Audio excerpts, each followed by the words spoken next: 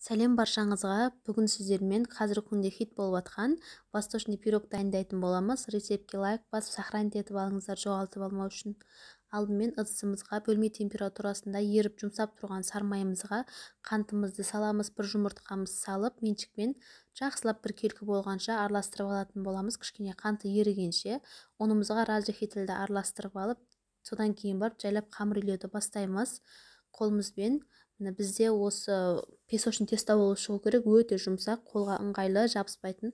Жарты сағатқа пакетке салып холодильникке қойып қоятын боламыз. Енді кезек қалпымызға қамырымызды орналастырып алатын боламыз. Барлық жеріне бірдей етіп тегізіп жаямыз. Сол кезде барлық жер бірдей көтеріліп шығады. Шеттеріне, бөртіктеріне дейін, сол кезде піскен кезде әдемі болады. Ішіне жаңғақтарын салатын боламыз. Жаңғақтарды шілей-қатты майдалап жерлейміз. 2-3 бөлікке, мүйіздарды 2 бөлікке бөлсек болады. Барлық жеріне бірдей етіп жайып тегістеп алатын боламыз. Енді сгущенка құйып аламыз. Бұл жерде 300 грамм сгущенка салып жатырмын. Қалай сгущенка салыну керек екен төменге жазып кететін болам.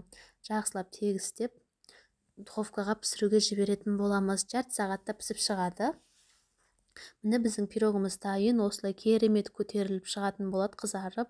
Сатылымға шығарсаңыздар болады. Міне кесілген кездегі көрінісі. Қазір күнде микс пирогтар сатып жатыр ғой, сол сияқты бизнес бастасаңыздар болады. Лайк басып сохранить етіп алыңыздар.